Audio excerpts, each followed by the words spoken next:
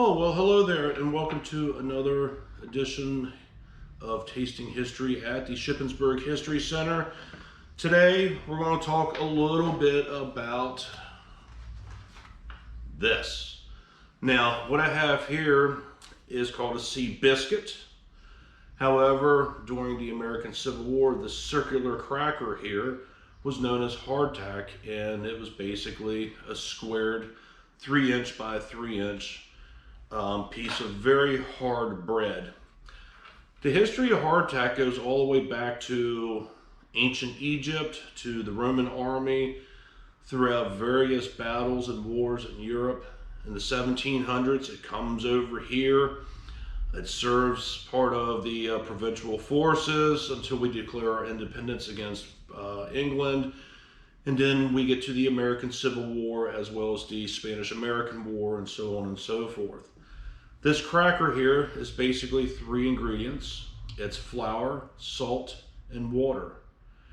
And what you do, depending upon what temperature you cook it at, as far as baking wise, sometimes at like 250 degrees, these would bake in the oven for approximately 4 hours. Now, you notice you have these holes in here. Those were purposely put in there to keep the dough from rising as it bakes. And because of the fact that you can mass produce or mass bake these were often placed and stored in boxes, or depending upon if you're in the sea, barrels. And today it's considered to be a prepping food simply because of the fact that it has a very long shelf life. So go ahead and join me as well as our intern Hannah here as we go ahead and do a small batch of this so-called cracker that we call hardtack. Okay, so now Hannah is joined with me, and she's going to go ahead and help put this recipe for 1861 hardtack together. We have 2 cups of flour. We have 1.5, basically it's a 1.5 teaspoons to make a 1/2 tablespoon for the salt. We also have water, and we don't have a measuring cup with us on hand, but that looks like that's going to be about 3/4 of a cup. The recipe calls for at least a 1/2 to 3/4 of a cup. Other things that you're going to need, obviously, is some type of mixing bowl, so we had to adapt and make do. A rolling pin. We don't have a wooden spoon, but you need something to stir with before we dig in with our hands. And then for the dopping, which is those holes, we're going to go ahead and use this. And then my actual food cutter here for when we start making and drawing out the squares. So we're going to leave just a little bit of this behind because we want to make sure that we have enough of the flour down, because any kind of dough, it is a little bit sticky. So we're going to go ahead and throw that in there. And this should make about 16 crackers, I think is what it says.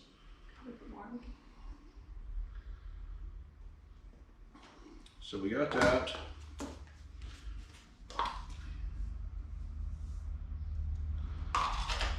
The recipe says that salt is optional. And we're just going to kind of stir a little bit of that around. And then you want to pour or you want to stir? I want to stir. I don't trust myself to pour. So I think we're going to try. It's like pancake mix.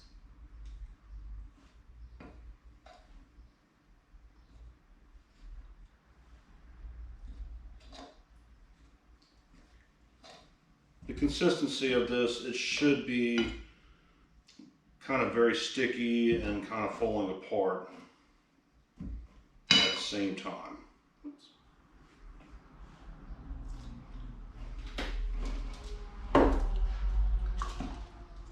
And then with any kind of recipe, you can eyeball it if you think you need a little bit more water. If you put too much water in here, just put a little extra flour into it. That's why we kind of held a little bit of that back too. And I think you're going to need a little bit more water.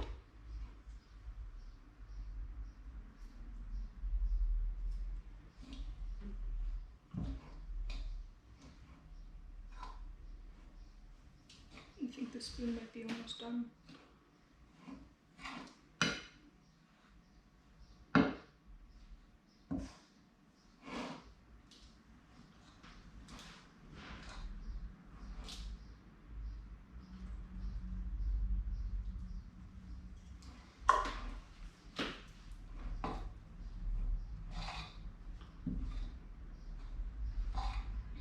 Yeah, I think you're right.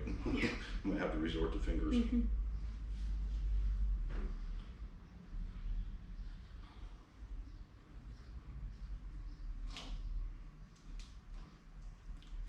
But the consistency of the dough is pretty much right on so far. Mm-hmm. It's soft. I didn't And expect it to be this soft. the first thing you should taste when you do a small sample of it raw would be flour followed by a heavy scent of salt. And we have it. Do we? So I would try it, but I'm not going to try it. With my hands back in the dough.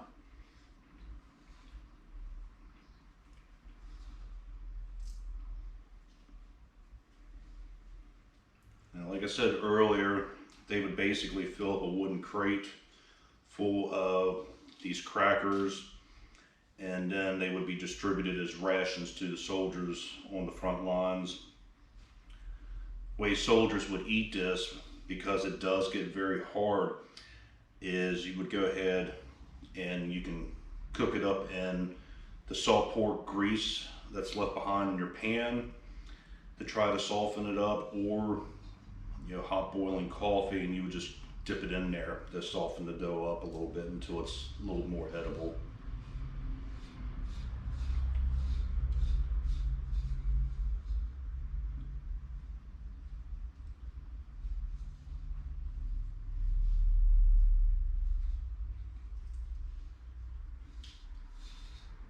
These little bits don't want to go in.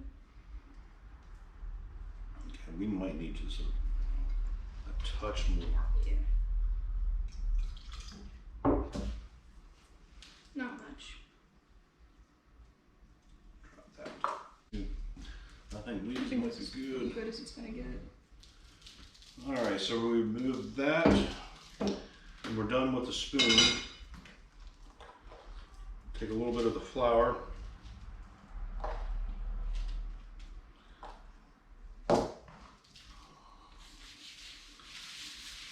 Fire your rolling pin up really good too to keep it from sticking. And I think we're good to go. Now you're looking for even, kind of thin.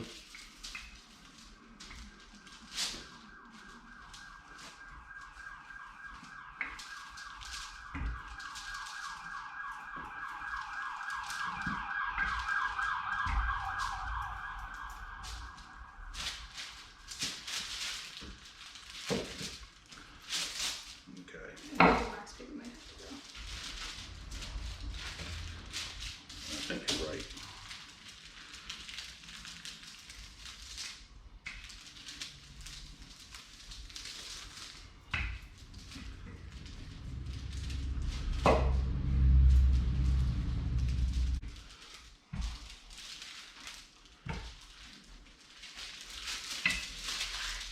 Now we're not getting any 16, so that might have been the other recipe I was kind of looking at. And then what you do is you can Make square some square it off. Get a little scraps together. Mm-hmm. There. Bring that back around for you. And 3 inches would be about right here.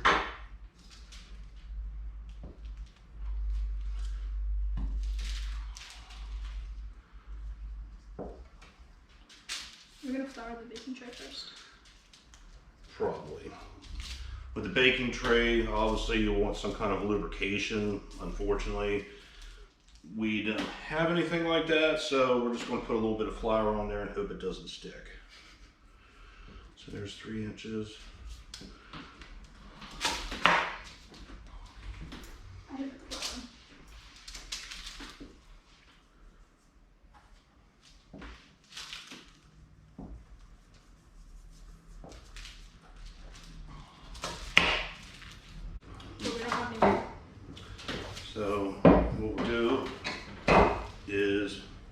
put your holes in it.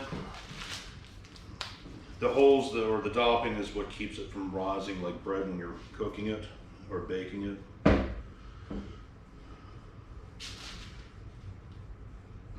Here's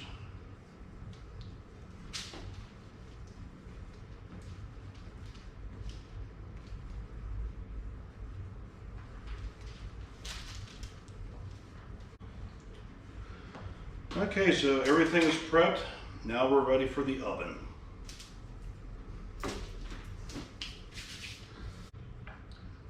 So we went ahead and baked our hard tack. It's finished. We're in the process of sampling a little bit of it.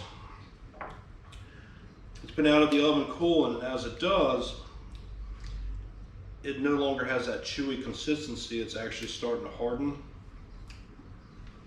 So if you have sensitive teeth or anything like that, you gotta be very careful with. But basically, we baked this at 250 degrees. Now the actual recipe said that we were to bake it for 4 hours, 2 hours on each side. We went ahead and just cut that in half and just did it for 2 hours. That way we can at least sample it in front of you on the camera. Definitely, like I said, the texture of it, when we pulled it out, was a little chewy. It's getting a little hard. When you chew it, you definitely get like a strong sense of a salty flavor.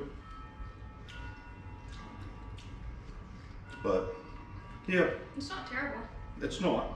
It's better than the last one. So just as a repeat here, 2 cups of flour mixed with I think it was a half a tablespoon of salt, and we probably used a little bit more than 3/4 of a cup of water. But there are so many recipes on hard tack, and we even had some ideas on how to do this and kind of make it fun for around the holidays, even though it wouldn't be historically accurate. But you can put in green or red dye and food coloring into this and have Christmas, or you can take different kinds of cutting and do different shapes with them and stuff. So Cookie cutters. yeah, cookie cutters. So until next time, everybody, this is us at the Shippensburg History Center, and we'll see you next time.